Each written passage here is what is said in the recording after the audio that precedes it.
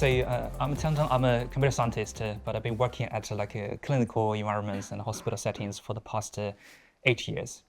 So just a very brief introduction of our program. So I'm at the beginning of establishing a team focusing on AI developments at the division of cardiovascular medicine. And in the meantime, we are building a cardiac research arm at the Oxford Big Data Institute. So the research vision is to forge for some big data, AI, healthcare, and cardiovascular medicine to see what comes after this intersection. So disclosure. So my research started with MRI. So I want to use MRI as example for diagnostic imaging, how AI can showcase the impact in this specific technique in the research field. So cardiac MRI provides one-stop shop for non-invasive assessment of the function, structure, and the tissue characterization of the heart. However, it has clear limitations, long scan, high cost, and it requires many post-processing, which takes time as well, and it's very prone to image artifacts. So those are actually great scenarios for AI and machine learning to showcase its impact. So as we've seen from PubMed research, the number of AI research in this field is growing rapidly, reflecting a growing interest and activities in this topic. So together with a team of clinicians, experts in AI, MRI, in regulatory science, and in also our industry partners, we analyzed through all this literature evidence in the past 5 years to derive a picture and also to depict a roadmap for their translation to the clinics. So here's the very briefly we first categorize all those research into in terms of machine learning tasks, and we see machine learning has been used for automated processing for some adaptation, for automated diagnosis using, for example, radiomics imaging techniques, and for image reconstruction, registration, quality control, all sort of image analysis tasks. So by further linking them with MRI sequences, this unveiled sort of a comprehensive translation of machine learning methods to almost all MRI sequences. So it's represents sort of a summary of a small universe of this specific research field. So just taking very briefly a few examples. Apologize for going into our domain knowledge, etc. So, for example, segmentation can be used for scene imaging to quantify the cardiac function, and anatomy can be used for legat images to quantify the lesion volume fractions and the lesion burden in the heart, and it can be used for mapping to quantify the tissue property of the heart. And then classification and regression methods can take imaging information, but also non-image information such as ECG signals and patient characteristics to do automated diagnosis, prognosis, therapy response prediction, and risk predictions. Then there's the reconstruction methods. So MRI is inherently very slow imaging technique. So machine learning may help with this to accelerate the image reconstruction, which is particularly helpful, for example, in CT dynamic imaging and whole heart imaging, where speedy reconstruction is crucial. Then image restoration, say motion artifacts and patient movements is the biggest enemy to many medical imaging, especially cardiac imaging. And therefore, AI motion correction neural networks promise to realign those medical images to restore the image quality, so to show better diagnostic performance of this imaging. And then quality control, of course, medical imaging is very prone to artifacts and poor quality during the scan, and this is not at the moment not sufficiently studied, and we would hopefully to see inline quality control driven by AI on the scanner console during the scanning to significantly improve the image quality and therefore the diagnostic accuracy. So we saw AI research in diagnostic imaging thrives in this research domain, but their clinical translation also to the clinics has not been, we have not seen as many evidence. So the question is, what the bottleneck, what is the additional factors that need to be taken into consideration for the translation of this a massive amount of AI technique into the clinical practice. So in fact, there are a range of further considerations. For example, like a proof of concept technical development may utilize small data sets to demonstrate the feasibility, while like an AI technique intended for widespread clinical use would require very big and very representative data sets. And basically, high quality data sets gives you like a more robust model, and representative data sets offers more generalizability of the AI model. Then when it comes to the reporting of the AI methods, so several guidelines have outlined the list of information that should be included in reporting AI for healthcare. This includes the study population, the model architecture, the training procedure, and the evaluation details. So this helps inform the readers and also the users and the clinicians of like the real performance of the AI methods. Then there are recommendations surrounding clinical deployments. For example, XAI has outlined like several steps for clinical validation before deployments. This includes starting with the statistical methods, followed by assessment by non-clinical evaluators, and eventually by medical experts. I think in all those activities, we recognize the importance of like a need for interdisciplinary teams. For example, the AI scientists need to be very familiar with the clinical settings so that they can develop methods that's meaningful and useful for the clinical practice. And equally, clinicians need to have the basic proficiency of AI methods so that they don't misinterpret or misuse and don't mislead when talking interacting with the patients. And then next step is industry considerations. So almost all like medical device vendors nowadays have an AI component and an AI module. So issues related to dependencies, consistency, and standardization are not new, but is more sensitive as AI is more sensitive to modifications. So for example, a minor change to an AI-based image reconstruction methods may affect all downstream analysis, including quantification and diagnostic analysis. And similarly, AI methods upgrades during a clinical trial would affect the longitudinal comparison before and after the clinical study. And also, cross-vendor method standardization and comparability has already been challenging, especially in quantitative diagnostic methods, but it's more the case with the involvement of AI. Then the last step before AI methods reaching clinical practice is the regulatory considerations. So I noticed there's today a EU AI Act session, so I'll skip this part and look forward to more detailed introduction for that part. Yeah, so in summary, AI in healthcare and medical device and in cardiac imaging thrives in research domain, but their clinical translation would need sort of this additional considerations. So next, I will introduce a specific technique that we have been developing for cardiac imaging. So if you put in this flow chart, I think it belongs to using generative AI and contrast-free imaging to synthesize the contrast-enhanced imaging. So to better introduce this technique, I'll switch the perspective slightly to the cardiac pathophysiology. So myocardial fibrosis or scarring, is a common final pathway of many heart diseases.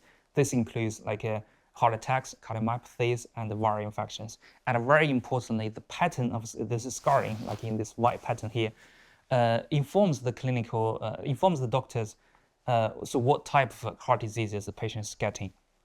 And clinically, they are assessed with the MRI using a very specific technique called the late gadolinium enhancement, or LGE. So this is a technique invented in the year 2000 and is the current clinical practice. But this technique has few limitations. For example, it requires contrast injection, which increases the scan time and cost, and is contraindicated in certain patient groups. And further, the use of gadolinium-based contrast agents has resulted in a rising concentration of gadolinium-based agents even in the drinking water, and actually there's a rising attention, awareness, and approach to investigate the environment's impact. So in this context, the Society of CMR, the most recent recommendations that we put together has highlighted the recommended use of non-contrast or low-dose contrast protocols whenever feasible. And just take a look at this few contrast-free imaging. So for example, cine imaging can give you the information of the heart function, the anatomy, and also mapping imaging can give you the information of myocardial tissue properties. So this carries lots of information, but their clinical use has been hindered by number one, the signals sometimes difficult to interpret, and number two, the signals are sometimes too subtle to be sure. So that was 2021, where from a new machine learning perspective, we discovered that generative AI can enhance those contrast-free images and produce a much clearer virtual contrast enhanced images. So we term this technology virtual native enhancement, where AI is effectively employed as a virtual contrast agent. So this is on the right hand side is the picture depiction enhanced by AI. The left hand side is the conventional methods enhanced by the late gadolinium enhancement. So this is very briefly. I'll skip the details. So we took all this sequence of pre-contrast images and put them into a neural network to produce the virtual native enhancement, and we then validate and compare with the conventional late gadolinium enhancement usually acquired at the end of the scan. So this so we first validated this technique in a patient condition called hypertrophic cardiomyopathy. And what is hypertrophic cardiomyopathy, or HCM? It is common degenerative heart condition affecting 1 in 500 people. It is characterized by thickened heart muscle and explained by other causes, and may cause sudden death in children and young athletes. So we developed this technique on a multinational hypertrophic cardiomyopathy registry study. So basically, we used the a large group of patient materials for the training, and then we validated it on the same cohorts, on a separate validation group. So here's a very some representative example where our new techniques showed a clearer picture and a definition of the myocardium, and sometimes the lesion compared with the conventional late gadolinium images. So those are the poor quality conventional images, and those the in comparison our new technique. And then on 3 patients, shown at the 3 rows here. So the new technique depicts clear myocardium, clear HCM scar as shown in this signals here, and it has a nice match with the conventional late gadolinium images, and also it has a nice match when you visualize and quantify them in this colored plots. And then we further did a quantification where the new technique correlated strongly with the conventional LG in quantifying both the hyper-intensity myocardial lesion, but also more subtle subclinical myocardial lesion. So we then went further to validate on the second patient cohort, patients with a myocardial infarction. So LIGAD has been the imaging gold standard for viability and damage assessment after patients having a heart attack, and we are hypothesizing that the new technique can replace LIGAD in myocardial infarction and viability assessment. So at Oxford, John Radcliffe Hospital, we collected lots of patient materials from around 912 chronic myocardial infarction patients, and again we split them into the training and the validation cohorts. And here's the results. So on this patient, LG depicted a clear myocardial infarction scar in the LED territory, and you see the new VE methods depict the same scar at the same location with the matched location pattern and the extent. Also, the transminerality plots, which guides the cardiologist whether part of the myocardium is still viable or not, it shows a nice match between these 2 methods as well. And this is another example with the circumflex territory where we detect the clear infarct scar in comparison with the conventional late gadolinium images as well. And this is another example on multiple, infarct in the multiple territories where you see the clear scar depicted here, and again compared with the conventional LGE methods. And then we did the quantification of myocardial infarct size to assess the lesion burden for the heart, but also the transformativity of the infarct cause to see the viability for the myocardium. And we see a strong agreement between the two technique in the typical clinical assessment. And then we went further with the histopathology validation. So histopathology is the gold standard for all diagnostic imaging. So we validated against two animal models on histopathology, and where the VE methods showed the clear agreements with the ex vivo slice and the histopathology slice as well. So with probably 5 years of developments now, here's what we achieved so far. So we validated on 2 patient cohorts where the new technique showed detect the scars in high agreement with the conventional methods, and potentially it has a better image quality. And the advantage is clear: it's needle-free, it's much faster, and it's much cheaper. So for a technique, any medical technique or device to reach the clinical practice, I think the multi-center independent testing is crucial. So this is very recently we designed this study for a blind independent validation at 2 clinical centers. So Center 1 prospectively recruited patients with a clinical referral for the investigation of ischemia, and the Center 2 prospectively recruited and scanned patients with a confirmed history of myocardial infarction. So the 2 centers scanned their patients, and they send us only the pre-contrast images. So we use the pre-contrast images to generate, and the new technique to generate the AI enhanced images. And throughout the process, we had no access to the conventional imaging materials. And then we analyzed the data. They analyzed their conventional data, and we merged the results to compare the results. Here's again the examples where those images are generated blindly at the independent centers, with us having no information of the patient, no access to any ground truth images. So this is the results here. We see again assuringly a clear nice match between the 2 methods. And this is another patient example on another myocardial territory where the new methods detect the lesion matching with the conventional ones as well. And then we did a diagnostic accuracy in a strictly blind assessment, meaning the clinicians in our collaborating sites, they scored the infarct or non-infarct on patient materials using the conventional LG images, while the clinicians at Oxford scored the same patients, but with access only access to the new imaging methods, and then we merge all the results together to see the agreements. So on all the patient materials, we achieved 88% diagnostic accuracy, but then there was a small subgroup of materials with the clinicians marked as a low confidence, and if we only look at the materials with high confidence, then the accuracy improved to 94%, so it's very promising.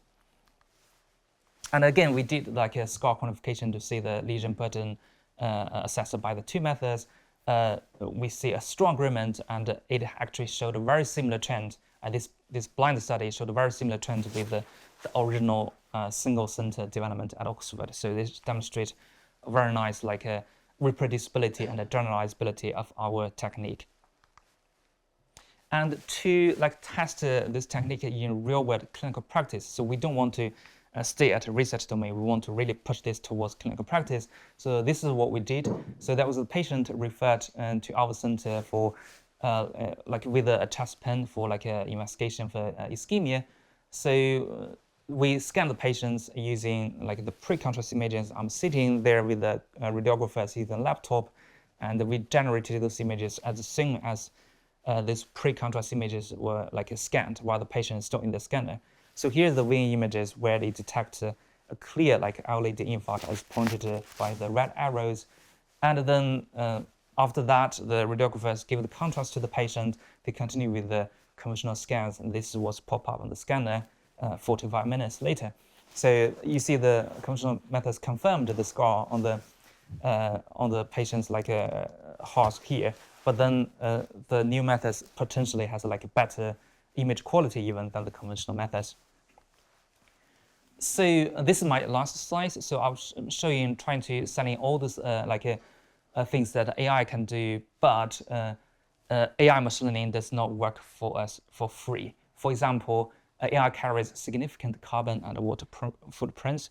It consumes lots of energy, lots of water, and it was projected that by the year 2027, the AI developments would consume like 4 to 7 billion cubic meters of water per year. That's the half water consumption of a country of size UK. So similarly, like we're saying, like we're developing like new methods that can replace gadolinium, but the gadolinium has been having its advantage. It's like providing clear and high accurate diagnostic imaging, and this accuracy have been saving like a tremendous amount of healthcare cost, over many decades already. So I guess the solution would probably have a holistic mindset, balancing the cost and the benefits for pretty much any AI developments in healthcare. And that's all for my talk today. Thank you so much again for the invitation and for your attention.